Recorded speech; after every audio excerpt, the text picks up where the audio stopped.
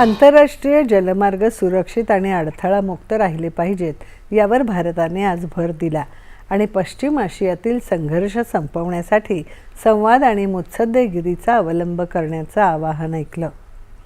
मनिला इथे आयोजित 21व्या east Asia समिटला संबोधित करताना परराष्ट्र व्यवहार मंत्री एस जयशंकर यांनी भारताची भूमिका मांडली। खलाशी, नागरी जहाजे किंवा पायाभूत सुविधांवरील हल्ले कोणत्याही परिस्थितीत खपवून घेतले जाऊ शकत नाहीत, असं ते म्हणाले। जागतिक अर्थव्यवस्था अनेक संघर्षांच्या प्रभावाखाली भरडली जात आहे, असं सांगत डॉक्टर जयशंकर यांनी आसियानचं केंद्रस्थान, प्रादेशिक स्थैर्य आणि मुक्त, खुल्या आणि समृद्ध हिंद प्रश्न क्षेत्राच्या निर्मितीसाठी भारताची कटिबद्धता अधोरेखित केली।